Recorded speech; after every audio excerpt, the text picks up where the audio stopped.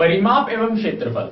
यहां पर हम बात करेंगे दो अलग अलग प्रकार की आकृतियों की। पहले हम बात करेंगे रैखिक आकृति, जो कि जैसा कि आयत होता है और वर्ग होता है। दूसरा हम बात करेंगे वृत्त की। तो सबसे पहले हम बात करते हैं आयत और वर्ग के बारे में कि उनका क्षेत्रफल हम लोग किस तरह से निकाल सकते हैं। तो सबसे पहली इंपॉर्टेंट बात तो ये होती है कि क्षेत्रफल होता क्या है।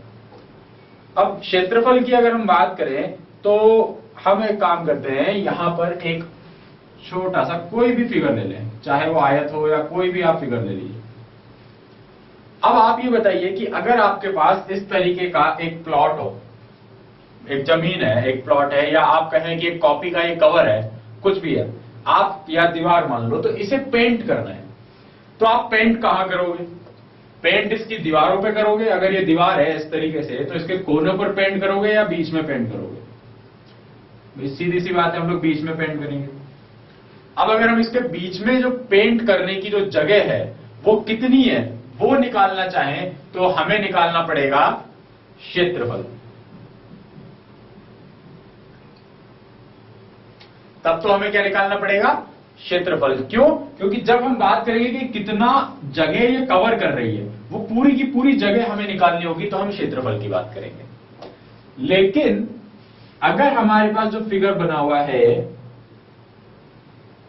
हम चाहते हैं कि इस फिगर की बॉर्डर्स पर एक रस्सी लगा दी जाए, कुछ इस तरीके से एक रस्सी यहां पर बांधी जाए। तो अभी हम सिर्फ बॉर्डर्स की बात कर रहे हैं। तो जब हम सिर्फ बॉर्डर्स की बात करें, हमें रस्सी बांधनी है, तो हम बात करते हैं परिमाप की।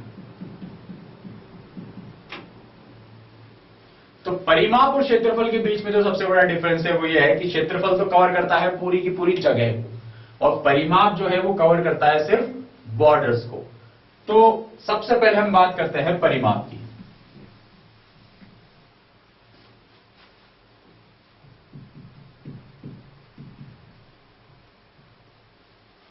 अब परिमाप होता क्या है? जैसा हमने कहा कि ये बॉर्डर्स को कवर करता है, तो किसी भी आकृति की सभी भुजाओं का योग होता है ये।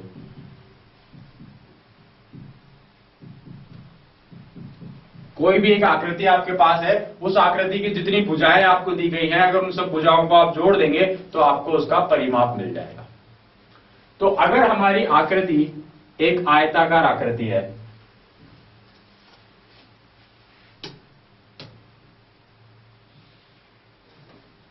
हमारे पास है एक आयत,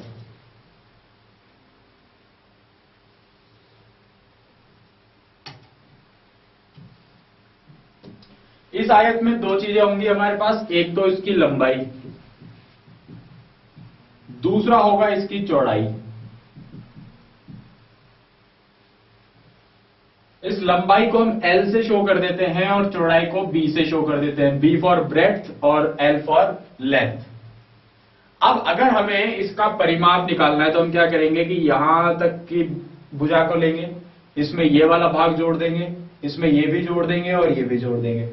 तो जब सारा जोड़ देंगे तो हमें क्या मिल जाएगा? परिमाप। तो हम कहते हैं कि जो परिमाप होगा वो कुछ इस तरह से आएगा। पहले ये L जोड़ा, फिर B जोड़ा, फिर L जोड़ा, और फिर से उसमें B जोड़ दिया। कुल मिला के 2L और 2B हमारे पास आए, या हम ऐसे भी लिख सकते हैं कि कुल मिला के 2L प्लस B हमारे पास आए।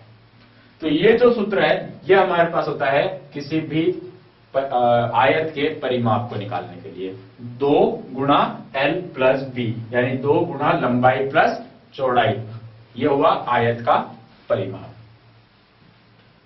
पर मानते हैं कि ये आयत नहीं हुआ हमारे पास और एक वर्ग हो गया। चलो एक वर्ग की तरफ अगर हम लोग चलें, वर्ग और आयत में एक छोटा सा जो फर्क है वो ये है कि इसमें सभी भुजाएं बराबर होती हैं, और आयत में जो है उसमें सिर्फ आमने सामने की भुजाएं बराबर होती है। तो अगर इसमें ये A है तो ये भी A, ये भी A और ये भी A होगी। तो इस वर्ग का जो परिमाप होगा वो क्या होगा? इन सारी भुजाओं को आप जोड़ दीजिए। इन सारी भुजाओं को अगर आपने जोड़ दिया तो आपको